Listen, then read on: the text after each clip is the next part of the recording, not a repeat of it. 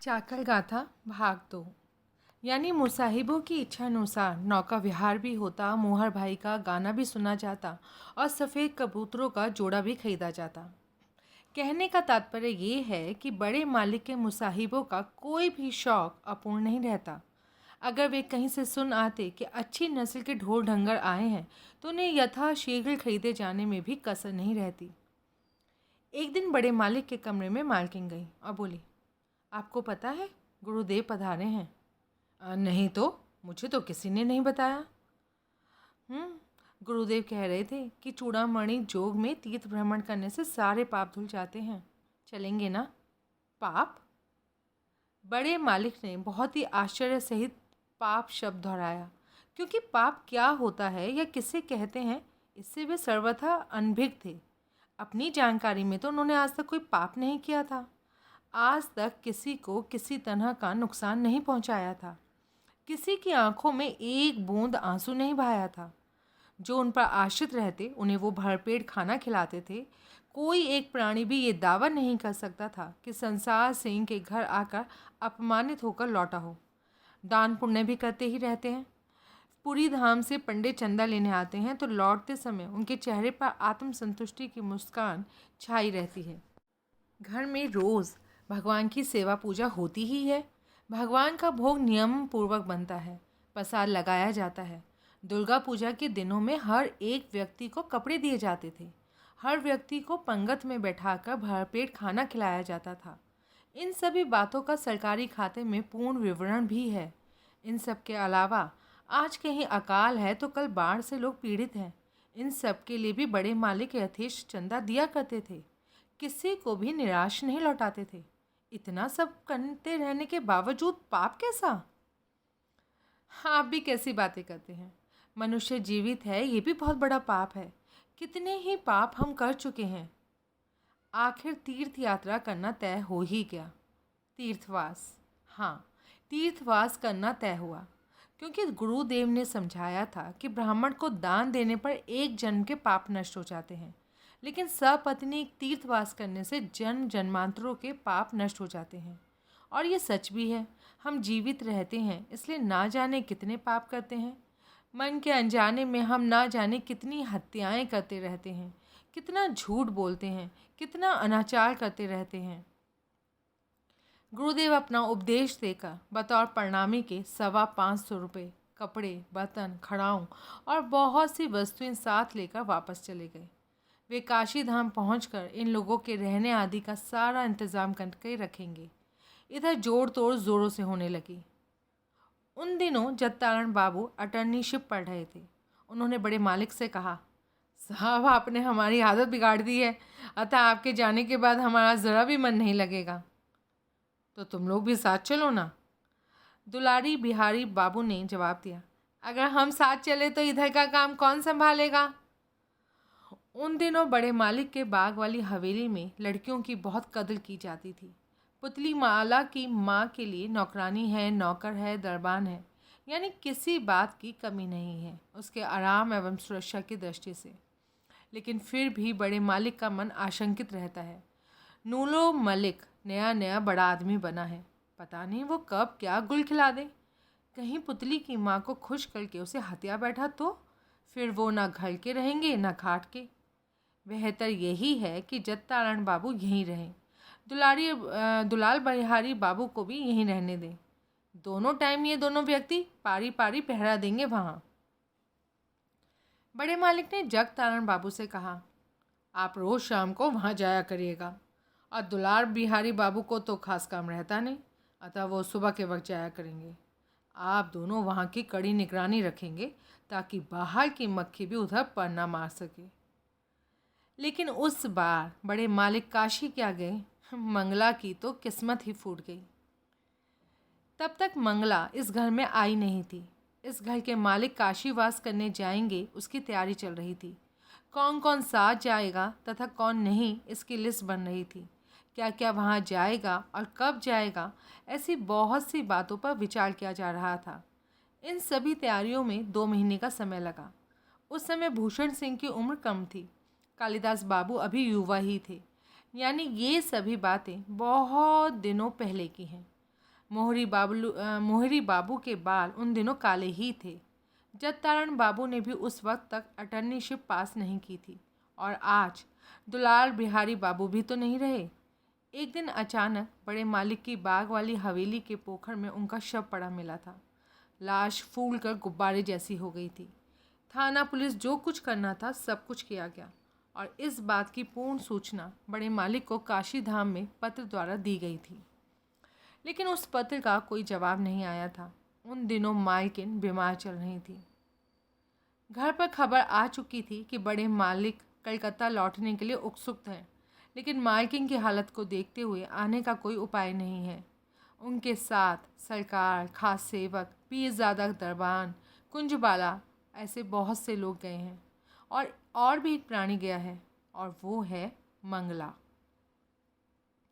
पता ही नहीं सर्वप्रथम मंगला को इस घर में लाया कौन था। बड़े मालिक तीर्थवास के लिए काशी धाम जाएंगे, अतः एक ऐसे व्यक्ति की आवश्यकता थी जो खाना वाना बना सके।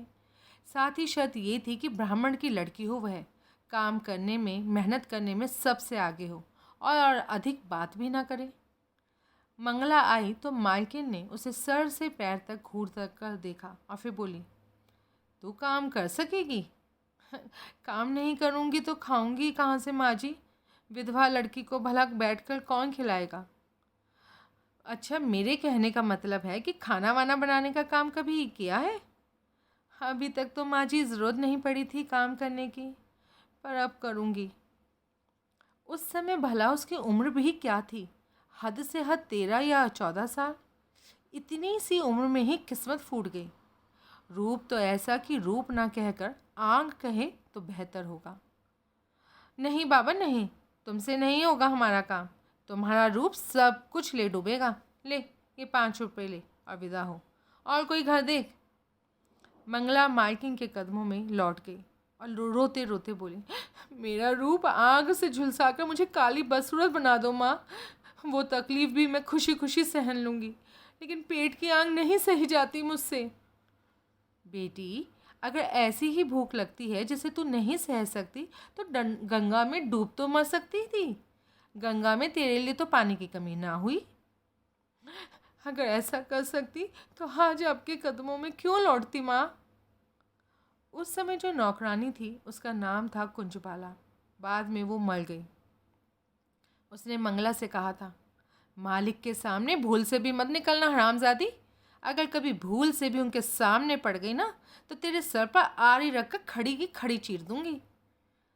आखिर यही तय हुआ। सिर्फ मुंह बंद किए काम करेगी वह। रात दिन काम करते रहने पर भी 1 मिनट के लिए बेजार नहीं होगी। कुंजबाला ने कहा था, रहने दीजिए मालकिन, पड़ी रहेगी, रात दिन काम करेगी। मालिक की नज़रों के सामने ना आने देने की जिम्मेदारी मैं लेती हूँ। उसी कुंजबाला के साथ सफ़ेद थान की धोती पहनकर मंगला घोड़ा गाड़ी में जा बैठी। पहले नौकर नौकरानियाँ जाएंगे, फिर सरकार, मुनीम, गुमाश्ते, और सबके पीछे मालिक और मालकिन, इसलिए कि उन्हें वहाँ पहुँचकर यानी काशी पहुँचकर कोई असुविधा ना हो। कभी कभी शिशु की माँ पुरानी चर्चा छेड़ती थी, तुम तो काशी गई थी ना दीदी? 4 चूल्हे मंगला के सामने पूर्ण रूप से भरे धधकते रहते, अतः मंगला के लिए सभी बातों का जवाब देना संभव नहीं होता। वह पूरी बात ही नहीं सुन पाती थी। अगर पूरी बात ध्यान से सुनने लग जाए तो होगा ये कि दाल में नमक डालना भूल जाएगी या भात का मांड निकालने में हाथ जला बैठेगी। सबसे पहले खजांची खाने के लोग खाना खाएंगे। वे लोग 3 हैं जो साथ ही पंगत में बैठकर भोजन किया करते थे। यद्यपि उन्हें परोसती थी शिशु की माँ, बस सब तैयारी तो मंगला को ही करनी पड़ती थी। इसके अलावा धान मिल के 2 व्यक्ति यहाँ आए हैं जो आज खाना भी यहीं खाएंगे। मिल के मैनेजर साहब 12 बजे आते हैं और भात खाना पसंद करेंगे। मालकिन और बहूजी के लिए दोपहर को खाना भिजवाना पड़ता है। उनके खाने में देर करके सिंधु की खरी खोटी भला कौन सुने? और फिर सबके खाने पीने के बाद जब भोजन का समय समाप्त हो जाता है, वो वक्त है बड़े बाबू के भोजन का। और सबसे अंत में जब भोजन का समय समाप्त हो जाता है और चाय का समय हो जाता है, तब मंगला खाना खाने बैठती है।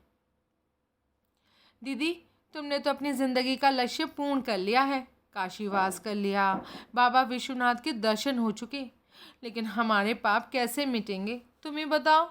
तुम तो रोज ही बाबा विश्वनाथ के दर्शन किया करती होंगी।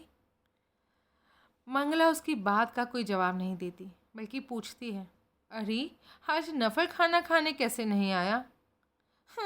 नफर आज यहाँ क्यों खाएगा भला? वो तो बड़े बाबू के साथ बाग वाली हवेली गया है, वहाँ वो कलिया कोफ्ता खाएगा। जत्तारण बाबू भी गए हैं। आज नफर तुम्हारे कुमड़े की सब्जी खाने आएगा भला? मंगला ने एक थाली भर भात नफर के लिए छिपा कर रख दिए थे।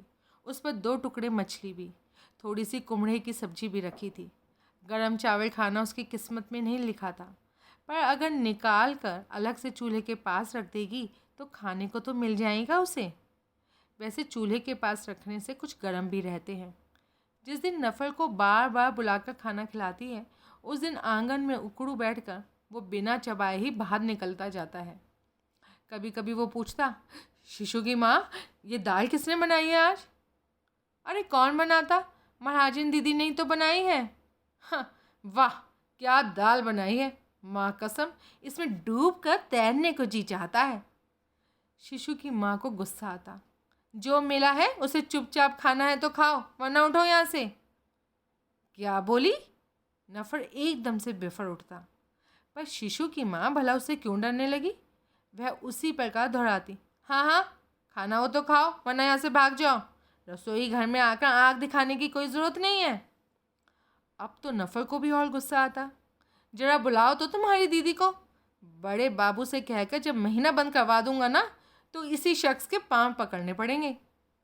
शिशु की माँ आंचल को कमर के चारों ओर कस कर लड़ने पर आमादा हो जाती और वहीं से पुकारती, दीदी दीदी जरा चिमटा लेकर तो आना, मार मार कर इसका मुंह ना तोड़ दूं आज। क्या इतनी हिम्मत? झूठे हाथ लिए ही नफर उठ खड़ा होता। वह पांव पटक कर कहता, खाने को देती हो इसलिए मुझे गुलाम समझ रखा है क्या? मछली क्यों नहीं दी मुझे? मजाक समझ रखा है? बढ़ो, हिम्मत है तो आगे बढ़ो, घूंसा मार कर सिर ही फोड़ दूंगा आज। तुम लोगों ने मुझे पहचाना नहीं है अब तक। गीदड़ की मौत आई है, कहकर शिशु की माँ खुद ही भागकर सीख झाड़ू उठा लाई। नफर भी कम नहीं था, उसने शिशु की माँ के बाल मुट्ठी में भरकर जोर से खींचे। बस फिर क्या था, शिशु की माँ दहाड़े मार कर रोने लगी, हाय रे गुंडे ने मुझे मार डाला रे हाय। उसकी चीख पुकार सुनकर रसोई घर में लोगों की भीड़ इकट्ठी हो गई थी। खजांची खाने से मोहरी बाबू दौड़े आए। बाहर की फूलमणि अस्तबल से कूदता फादता भागा आया गुलमोहर अली, और 2 तल्ला के बरामदे में से सिंधु झांकने लगी। सभी पूछ रहे थे, क्या हुआ शिशु की माँ? नफर उसी तरह धाड़ रहा था, आज तो इस औरत का खून करके ही दम लूँगा, खून करूँगा, ज़रूर करूँगा। मोहरी बाबू बहुत डर गए। हरी जमादार सामने ही खड़ा था। उसने उससे बोले, हरी जरा जल्दी से जाकर भूषण सिंह को तो बुला ला। सारे के सारे लोग जबकि उत्तेजित हो चीख रहे थे, उस वक्त रसोई घर के कोने में मंगला स्तब्ध खड़ी थी। वो ऐसी सुन हो गई थी जैसे बाहर भीतर उसे किसी तरह की भी चेतना ना हो। आओ मेरे साथ लड़ोगी तो आओ, कौन लड़ेगा मेरे साथ? आओ आओ, तुम्हारी महाराजिन दीदी को बुलाओ बुलाओ, मछली चुरा कर रखती है, मजाक समझ रखा है क्या? तब तक भूषण सिंह भी आ पहुंचा। आते ही उसने नफर की पीठ पर एक लाठी मारी, ए उल्लू निकलो यहाँ से। और उसी क्षण मानो किसी मंत्र ने अपना असर दिखाया हो। एक ही प्रहार में नफर फन फैलाए सांप के बदले केंचुआ बन गया। अटक अटक कर बोला, ये देखे भूषण सिंह, महाराजिन दीदी भात के साथ मछली नहीं देती है, बड़े बाबू से कहकर नौकरी से निकलवा दो इन्हें। अरे तुम तो इधर आओ पहले, कहकर नफर की गर्दन पकड़कर भूषण सिंह ने उसे मदान खाने के आंगन में धकेल दिया। नफर ने असहाय दृष्टि से सबकी ओर देखा, फिर बोला, तुम्हें सिर्फ मेरी ही गलती देखी और वो मुझे मछली नहीं देती जो? इतना कह सहानुभूति पाने की गरज से उसने फिर भूषण सिंह की ओर देखा, लेकिन उसके इस कृत्य पर उस वक्त सभी हंस रहे थे। मोहरी बाबू बोले, तुम्हें मछली क्यों मिलेगी? जरा बताओ तो कि तुम काम क्या करते हो? काम की बात छोड़िए, काम नहीं करता तो क्या इसलिए मुझे खाना भी नहीं दिया जाएगा? मैं यहाँ कुछ भी नहीं हूँ। अब गुलमोहर अली भी हंसने लगा। नफर, तू पागल हो गया है। तू कौन है, जरा हमें भी तो बता। किस नवाब की औलाद है तू? कह देता हूँ, भूख के समय मजाक मत कीजिए। मुझे हंसी ठट्टा इस वक्त ज़रा भी पसंद नहीं। हाँ हाँ, तुम्हें क्यों अच्छा लगने लगा? तुम्हें तो बस बैठे बैठे खाना अच्छा लगता है, ठीक है ना? मैं मैं बैठे बैठे खाता हूँ? अगर ये सच नहीं तो फिर तुम काम क्या करते हो? हम भी तो सुने। दिन भर तो पड़े तुम सोते रहते हो। तो फिर काम दीजिए ना हमें। कोई काम नहीं हो तो मैं क्या करूं? सोऊं नहीं तो क्या आप लोग बैठे बैठे आप लोगों की दाढ़ी में हाथ फिराऊं? मानो बहुत बड़ी दिल लगी की हो। इस तरह वह सभी के मुंह की ओर देखने लगा। भूषण सिंह ने उसे धमकाया। फिर वही दिल लगी? देखो भूषण सिंह, हाथ मत उठाना। साला एक तो खाना नहीं मिला दिन भर से, पेट गुड़गुड़ा रहा है भूख के मारे। भूखे पेट दिल लगी अच्छी नहीं। लेकिन इसके बाद वह चुपचाप जब अपनी कोठरी में जाकर वहाँ पड़ा रहता तो पता नहीं कब उसे नींद आ जाती। झिंगुर और तिल चट्टों से भरी रहती है वह कोठरी। जब उसकी नींद टूटती है तो वह देखता है कि थाली भर भात कोई उसके पास रख गया है। ना तो किसी ने उसे जगाया और ना ही बताया। नफर झट उठ बैठा, देखा कि भात पर एक मछली रखी थी। बाहर की ओर देखकर जोर से पुकारा उसने, उधर कौन है रे? भात कौन रख गया है, यही जानना चाहता था वह।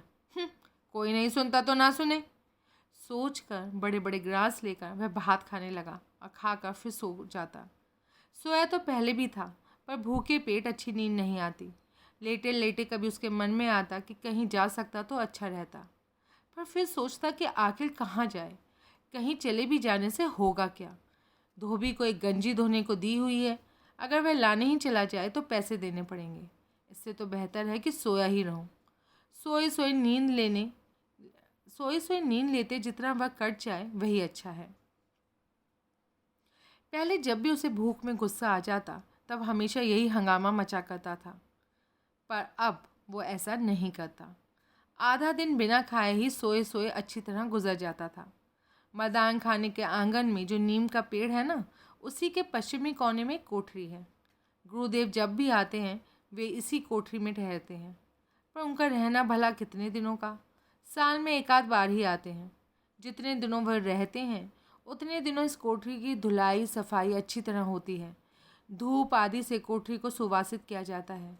सब कुछ धुला पूछा साफ स्वच्छ रहता है। पर उनके जाते ही दोबारा कीड़े मकोड़ों का साम्राज्य छा जाता है वहाँ। फिर तो इस कोठरी की तरफ कोई झांकता भी नहीं। अंधेरे और गर्द से भरे जालों की छत के नीचे सिर्फ नफर ही उसमें पड़ा रहता। उसकी कोई खोज खबर ही भी नहीं लेता। कभी कभी शिशु की माँ ही आकर पूछ जाती। उसे सोए देखकर वह कहती, ए नफर, खाना नहीं खाएगा? आज खाना खाने क्यों नहीं आया? नहीं, आज मैं खाना नहीं खाऊंगा। मत खा। नहीं खाएगा तो जैसे मुझ पे बड़ा एहसान करेगा।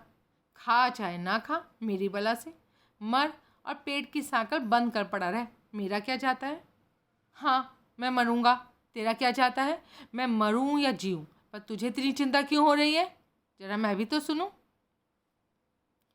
रसोई घर में पहुंचकर शिशु की माँ कहती, नहीं आया भाई, तुम्हारा नफर नहीं आता दीदी। वो नहीं आता तो इसका मतलब लड़का भूखा ही रहेगा। जा, एक बार और बुला कर देख ले। अब मैं उसे बुलाने नहीं जाऊंगी, इतनी ही चिंता है उसकी तो जाकर खुद बुला लाओ। कभी कभी नीचे हुई इन सारी खुराफातों की खबर मालकिन तक भी पहुंच जाती थी। वो सिंधु से पूछती, अरे सिंधु, नीचे रसोई घर में इतना हंगामा क्यों होता है? ये सब उसी नफर का ही काम है, वही बखेड़े खड़ा करा रहता है। दुर्गा पूजा पर सभी को कपड़े मिलते थे। मालिक और मालकिन के ही नहीं, सभी के लिए कपड़े बनवाए जाते थे। यहाँ तक कि इस घर के कुत्ते बिल्ली तक के कपड़े बनते थे। जगतारण बाबू, दुर्लभ बाबू, दुलाल बिहारी बाबू, इन सब के साथ इनके लड़के लड़कियों तक के कपड़े बनते थे। कपड़ों का मतलब सिर्फ धोती कुर्ता ही नहीं, धोती कुर्ता, जूते, साड़ी, मोजे, गंजी आदि सभी चीज़ें आती थीं। ये रिवाज संसार सेन के समय से ही चला आ रहा है। नफर भी अचानक ही जैसे सजग हो जाता था। वह देखता ड्योढ़ी पर नौबत बैठ गई है। हरी जमादार ने लाल गंजी पहने रखी है। भूषण सिंह ने अपने कपड़े हल्दिया रंग में रंग लिए हैं। आखिर बात क्या है? कहीं पूजा तो नहीं आ गई? तब वह खजांची खाने में हाजिर होता और कहता, खजांची बाबू, पूजा आ गई है, मेरे लत्ते कपड़े कहाँ हैं? कालिदास बाबू किताब हिसाब की बही पर से नज़र ऊंची करके जवाब देते, तेरे कपड़े? कहाँ आता तू? मैं वह सब सुनना नहीं चाहता, मेरे कपड़े दीजिए। गंजी, कुर्ता, जूते, मोजे सब कुछ देना पड़ेगा। बाप रे, आंखें लाल करके बात करता है। नहीं दूंगा। तू क्या कर लेगा? नहीं दूंगा तो? मतलब देंगे कैसे नहीं? आपको देना पड़ेगा, नहीं तो बड़े बाबू से कहकर नौकरी से निकलवा दूंगा सभी को। सारी बातें मोहरी बाबू चुपचाप बैठे सुन रहे थे। अब वे आगे आए। अब बोले, क्या बक रहा है नफर तू? होश में तो है? जो कुछ कह रहा हूँ ठीक कह रहा हूँ। जब सभी को पूजा पर कपड़े मिलते हैं तो मुझे ही क्यों नहीं दिए गए? इसका जवाब चाहिए मुझे। कालिदास बाबू बोले, हाँ हाँ, तुझे कपड़े नहीं मिलेंगे, जा कर ले तुझे जो करना है। क्यों नहीं मिलेंगे? यही तो मैं जानना चाहता हूँ। इस घर में मेरा क्या ज़रा भी अस्तित्व नहीं? नफर में इतना साहस किसके बूते पर है ये कौन जाने। वह इतने अधिकार भी क्यों जताता है ये भी कोई नहीं जानता। वह इस घर से कुछ भी संबंध नहीं रखता। संबंध का कहीं कोई सूत्र ही नहीं है। इसके अलावा नौकर चाकरों की तरह उसे महीना भी नहीं दिया जाता। किसी आत्मीय स्वजनों में भी उसका नाम नहीं जुड़ता। इस घर के किसी भी व्यक्ति को ये पता नहीं है कि वो इस घर में किस सूत्र से बंधा टिका हुआ है, किसके बल पर रह रहा है। लेकिन उसका तो हर व्यक्ति के बराबर का हिस्सा चाहिए इस घर में। भात खाते वक्त सभी के बराबर मछली भी होनी चाहिए उसकी थाली में। दुर्गा पूजा पर सबके बराबर कपड़े भी चाहिए। मोहरी बाबू पूछते हैं, तू था कहाँ? तू कभी दिखाई तो देता ही नहीं। मैं कुछ नहीं जानता। जब आपके खाते में मेरा नाम लिखा हुआ है तब मुझे कपड़े ना देने का मतलब? आप लोग मेरे हिस्से के कपड़ों की चोरी करते हैं। सरासर चोरी तो है ये। क्या कहा? हमें चोर बताता है? कहकर मोरी बाबू मुक्का तान कर आगे बढ़े और उसी क्षण नफर उछल कर उनकी गर्दन पर सवार हो गया। साले चोर कहेंगे, मेरे कपड़ों की चोरी करते हैं और मुझे ही लताब बताते हैं। बड़े बाबू से कहकर सबकी नौकरी ख़त्म नहीं करा दूंगा ना, मुझे नहीं देंगे साले। कालिदास बाबू ने ऐन मौके पर देख लिया, नहीं तो नफर मोहरी बाबू को काट खाता। कालिदास बाबू, भूषण सिंह, भूषण सिंह कहकर चीख पड़े। भूषण सिंह दौड़ता हुआ आया और नफर को पकड़ लिया। दरबान, मुझे छोड़ दो, माँ कसम कहता हूँ छोड़ दो मुझे। मैं बड़े बाबू के पास जा रहा हूँ, अभी मजा चखाता हूँ इन सबको। भूषण सिंह ने धक्का मारकर नफर को ज़मीन पर पटक दिया, पर नफर तब भी वश में नहीं आया। शरीर पर लगी धूल झाड़ता हुआ भाग खड़ा हुआ। घुमावदार सीढ़ियों पर जल्दी जल्दी चढ़ता हुआ एकदम से बड़े बाबू के मदान खाने वाले कमरे में जा पहुंचा। बड़े बाबू दिन का अधिक भाग वहीं गुजारते थे। अगर जत्तारण बाबू जाने में अधिक रात कर देते तो फिर रात में को भी नहीं जा पाते थे। जब से जत्तारण बाबू बड़े बाबू के मास्टर बने तब से बड़े बाबू इसी कमरे में रहते आए हैं। नफर ने वहां पहुंचकर आवाज़ लगाई, बड़े बाबू, मैं नफर आया हूँ। ऐसे वक्त बड़े बाबू की नींद अक्सर नहीं खुलती थी। बड़े बाबू की नींद खुलने में बहुत समय लगता था। उनका खास सेवक पांचू 10 बजे से ही उनके बिस्तर की ओर निहारता बैठा रहता।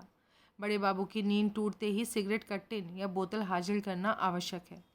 कभी कभी बड़े बाबू को प्यास लग जाती है, अतः खास सेवक पांचू को सारा इंतजाम रखना पड़ता है। पिछली रात ही जत्तारण बाबू बहुत देर तक बातचीत करके गए हैं। बहुत दिनों पहले यानी बड़े मालिक के शासनकाल में जब जत्तारण बाबू बड़े बाबू के मास्टर बनकर इस घर में आए थे, बस उसके बाद बड़े बाबू की पढ़ाई अधिक आगे नहीं बढ़ी। जत्तारण बाबू एक दिन अटर्नी बन गए। बड़े मालिक का निधन हो चुका और फिर एक दिन बड़े बाबू की शादी भी हो गई है। बड़े मालिक गाड़ी में बैठते वक्त कभी कभार पूछ लिया करते थे, लड़के की पढ़ाई कैसी चल रही है जत्तारण बाबू? जत्तारण बाबू जवाब देते, जी बड़े बाबू का ब्रेन तो बहुत अच्छा है, मुझसे भी तेज़ है उनका ब्रेन, पर उनमें एक ही खराबी है, मेहनत नहीं करना चाहते ज़रा भी। मेरा ही स्वभाव पाया है उसने भी। काशीधाम जाने से पहले जत्तारण बाबू के जिम में कोई काम नहीं था, बस बड़े मालिक के साथ घूमा करते थे। लेकिन कहावत है ना कि सिर्फ भिक्षा से गृहस्थी नहीं चलती। अतः जब काशी से वापस आने पर बड़े मालिक ने दत्तक लिया तो उसके कुछ साल बाद ही उस लड़के की पढ़ाई लिखाई का भार जत्तारण बाबू को ही सौंप दिया था। गोद लिया हुआ बेटा था, अतः उसके साथ अधिक डांट डपट नहीं की जा सकती। बस तभी से जत्तारण बाबू ने उसके साथ बैठ पढ़ाई के बदले गप हाँकना शुरू किया था। आपको पता है बड़े बाबू, आज फिर एक मुवक्किल फंसा है।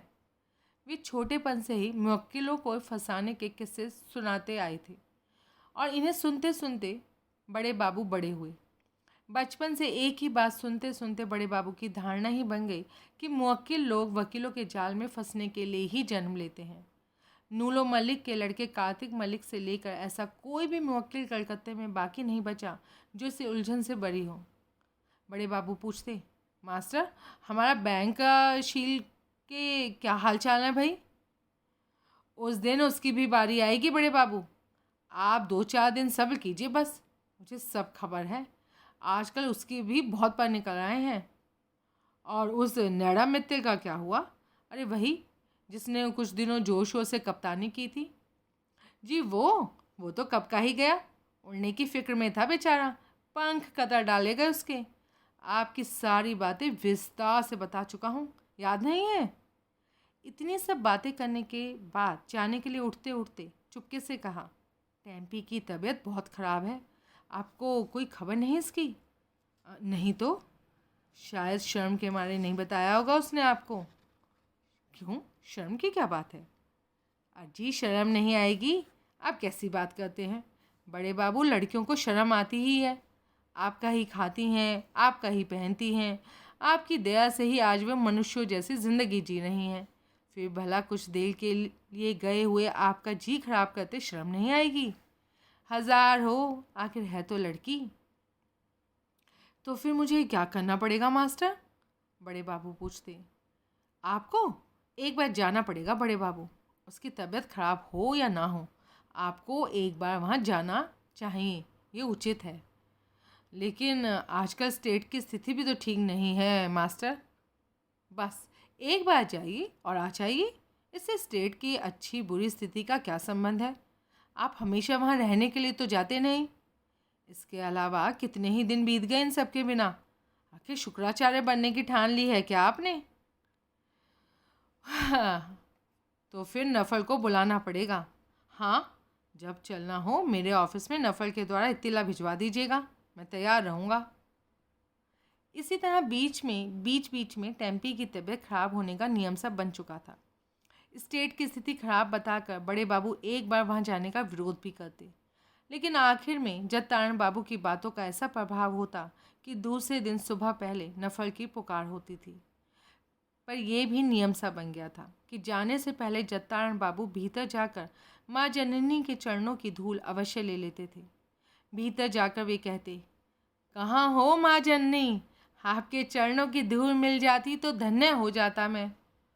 और फिर ऊपर ओट में मालकिन खड़ी हो जाती, बाहर सिंधु घूंघट काट कर मध्यस्थ का पाठ अदा करने खड़ी हो जाती। बातें लड़के के बारे में यानी बड़े बाबू के बारे में ही होती। सिंधु कहती, मेरा एक ही तो बेटा है मास्टर साहब, आप ही कभी उसके मास्टर हुआ करते थे, अतः अब आपका ही भरोसा है। जत्तारण बाबू कहते, मैंने तो उन्हें आज भी गीता पढ़ाई है, 14 अध्याय समाप्त कर चुके हैं, बस इसलिए पढ़ा देता हूँ कि दिमाग में उल जुलूल विचार घर न बना पाए। पर एकदम छूटने में तो कुछ समय लगेगा ना, आखिर इतने दिनों की आदत जो है। आप कैसी हैं माँ जननी? जवाब सिंधु देती, मेरी क्या पूछते हैं? फिर जत्तारण बाबू कहते, हाँ आप लोग ही तो पुण्य आत्मा है, आप ठीक रहेंगी तो ये धरती भी टिकी रहेगी, नहीं तो जिस दिन गति से धरती पर पाप बढ़ रहा है। इसके बाद उसी चांदी की कटोरी में से धूल ले सर पर लगाते और बाकी बच्ची को जीभ से चाट माँ जननी को प्रणाम करते। अक्सर ऐसा ही होता आया है, बहुत दिनों से यही नियम चल रहा है। खास सेवक पांचू ये सब जानता है, इसलिए बड़े बाबू की नींद टूटने का वक्त होते ही वह सिगरेट, माचिस इसके अलावा उनकी वांछित सभी चीज़ें लिए हाजिर रहता है। बड़े बाबू के जागने के इंतज़ार में वह एकटक उनके बिस्तर की ओर निहारता बैठा रहता है। अचानक बाहर का कड़ा खटकने की आवाज़ सुन पांचू ने घुमावदार सीढ़ियाँ वाला दरवाज़ा खोलते हुए पूछा, कौन? मैं नफ़र हूँ। बड़े बाबू कहाँ हैं? नफ़र है तो क्या करूँ? इस समय यहाँ क्यों आया है? बड़े बाबू ने तो तुझे बुलाया नहीं। बड़े बाबू ने नहीं बुलाया तो क्या हुआ? मुझे काम है बड़े बाबू से। क्या काम है? तू ही देख पांचू, मुझे मार मार के अधमरा कर दिया इन लोगों ने। देख, खून निकल रहा है। सभी को पूजा की खुशी में कपड़े मिले हैं। नौकर चाकर नौकरानी कोई भी बाकी नहीं रहा। पर एक ये हरामजादा मोहरी बाबू है ना, बेटा मेरे कपड़े मारकर। कौन है बाहर? भीतर से भारी गले की आवाज़ आई। पांचू लपक कर भीतर गया। कौन चिल्ला रहा है सांड की तरह सुबह सुबह? नींद खराब कर दी। जी नफ़र है। जूते मार कर बाहर करो उसे। बेटा सांड की तरह डकरा रहा है। कालिदास बाबू पूछते हैं, नफ़र कहाँ गया है? मोहरी बाबू बोले, बेटा गया था बड़े बाबू के पास, लेकिन डांट खाकर भाग आया वहाँ से। अब दिमाग ठिकाने आ जाएगा। और सचमुच ही नफ़र एकदम शांत हो जाता है। धीरे धीरे कदम रखता हुआ वह वापस अपने कमरे में चला जाता है। कमरा यानी कोठरी।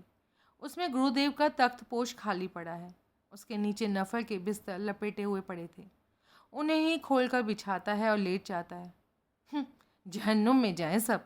मत दो कपड़े, अगर नहीं देने हैं तो मछली भी मत दो। सो जाने से उसे इन सब की याद भी नहीं आती। इस मकान में कहीं कुछ भी हो, नफ़र को कोई फ़र्क नहीं पड़ता। नफ़र ने तो सो कर ही अपने इतने साल गुजार दिए और आगे के भी कुछ साल और गुजार सकता है। लेकिन आज तो नफ़र के लिए खास सेवक पांचू ही दौड़ा हुआ आया है। नफ़र उस वक्त हमेशा की तरह सोया हुआ ही था। नफ़र बाबू, नफ़र बाबू। नफ़र एक ही झटके से उठ खड़ा हुआ। क्या है रे पांचू? बड़े बाबू ने बुलाया है क्या? हाँ बुलाया है। क्या बोले? बड़े बाबू की नींद खुलते ही सुबह जब मैंने सिगरेट का डब्बा हाजिर किया तो अंगड़ाई लेते हुए बोले, हाँ रे नफ़र कहाँ है? आजकल नफ़र दिखाई ही नहीं देता। जीवित भी है या मर गया? बात सुनकर नफ़र के होठ पर मुस्कुराहट फैल जाती है। उसकी खुशी शब्दों के मार्फत फूट पड़ती है। जय माँ काली कहकर नफ़र ने अपना बिस्तर लपेटकर चौकी के नीचे खिसकाया और दौड़ पड़ा खजांची बाबू के कमरे की ओर। कालिदास बाबू हिसाब की बही देखने में मशगूल थे। मोहरी बाबू तो जैसे बही खाते में डूबे हुए थे। नफ़र की तील की तरह वहाँ पहुँचा, बोला, ओए खजांची बाबू, जरा 5 का पत्ता झटपट इधर खिसका दीजिए, जल्दी। 5 रुपये। तू फिर आ गया? उस दिन बड़े बाबू के जूते पड़े तब भी तुझे अक्ल नहीं आई है ना रे? मोहरी बाबू ने कहा, निकल यहाँ से।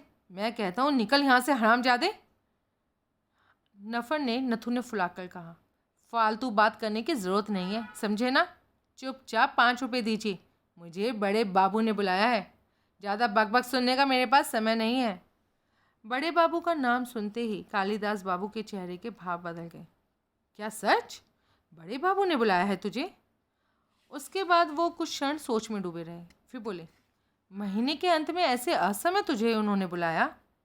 दीजिए दीजिए, मुझे रुपए दीजिए। मेरे पास फालतू बातों के लिए वक्त नहीं है। देर होगी तो बाबू नाराज़ हो जाएंगे मुझ पर। सिर्फ कालिदास बाबू ही नहीं, पूरे मकान के लोगों के चेहरे के भाव बदल गए थे ये खबर सुनकर।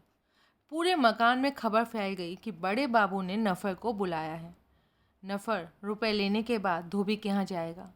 वहाँ से धुले कपड़े लेकर बाल बनवाने जाएगा, दाढ़ी बनवाएगा। फिर तो नफ़र को पहचाना ही नहीं जा सकता। फिर तो नफ़र पहले वाला नफ़र थोड़े ही रहता है। सभी उसे नफ़र बाबू कहने लगते हैं।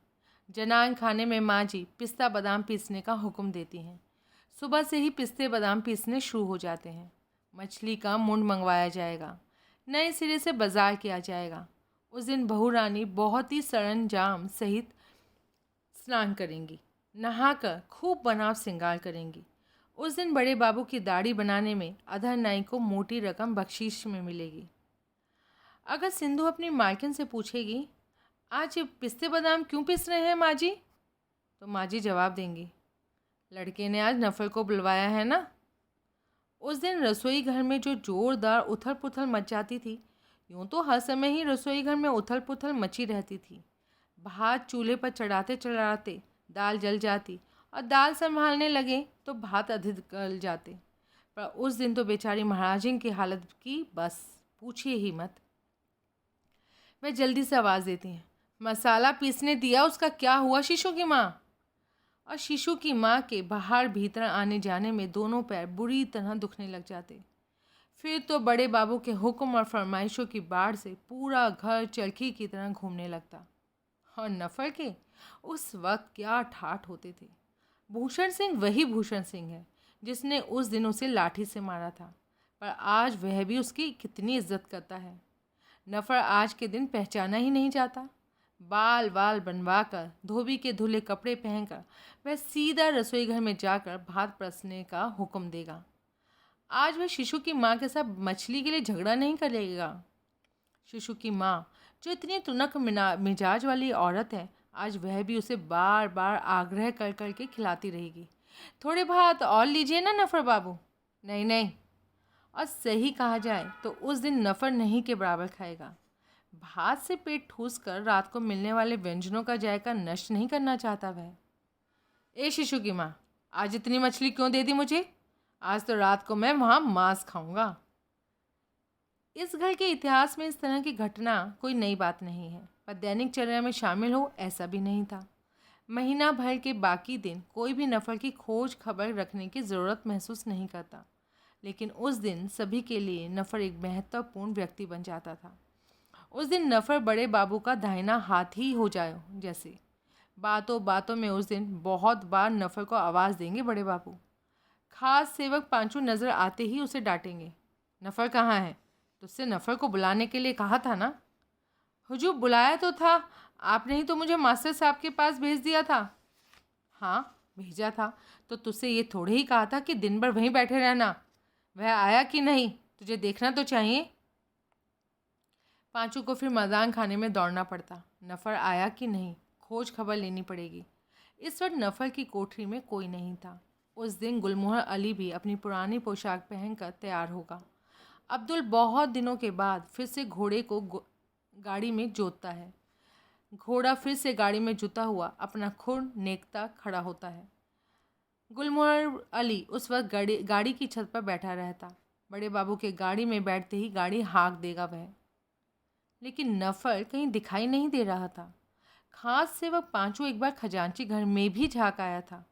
उसे झाँकते देखकर मोहरी बाबू पूछते हैं, क्या है रे, किसे ढूंढ रहा है? नफर को ढूंढ रहा हूँ हुजूर। नफर तो 5 रुपये लेकर धोबी के यहाँ गया था। वहाँ से आने के बाद तो बाबू साहब सज सवर कर बिल्कुल फिट फाट होकर ना जाने कहाँ निकले हैं।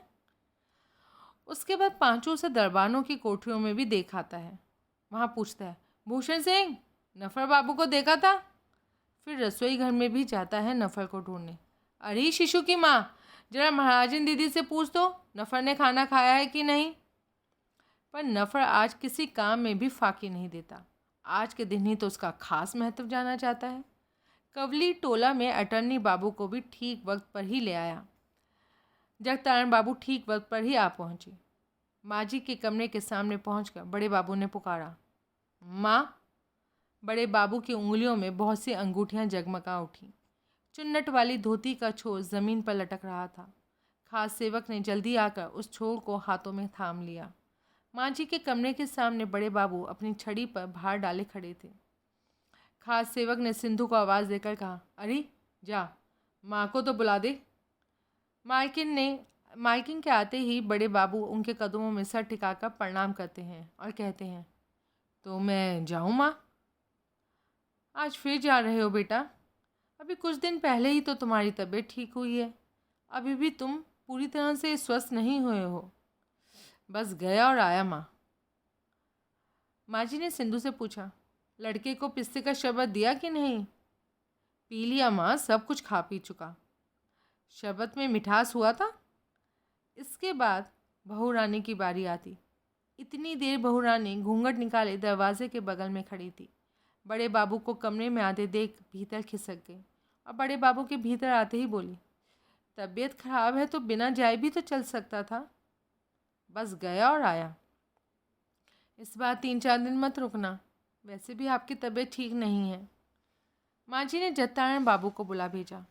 जत्तारण बाबू आकर सीढ़ी के पास खड़े होते हैं कि ऊपर से माँ जी की ओर से सिंधु कहती है, देखिए आप साथ जा रहे हैं, ध्यान रखिएगा, लड़का अपने स्वास्थ्य पर अधिक ज्यादती ना करे। और जत्तारण बाबू कहते, ये क्या कह रही हैं आप? मेरे रहते आप बड़े बाबू की ओर से निश्चिंत रहिए। बड़े बाबू बहुत ज़िद पर आ गए हैं जाने के लिए, इसलिए नहीं तो। उसके बाद खजांची खाने से रुपए पैसे लेकर बड़े बाबू गाड़ी में जा बैठेंगे। उनके बैठने के बाद बैठेंगे जत्तारण बाबू और उनके बाद नफ़र। गुलमोहर अली फिर गाड़ी हाँक देगा और खड़खड़ाहट की आवाज़ करते सदर गेट को भूषण सिंह दौड़कर खोल देगा।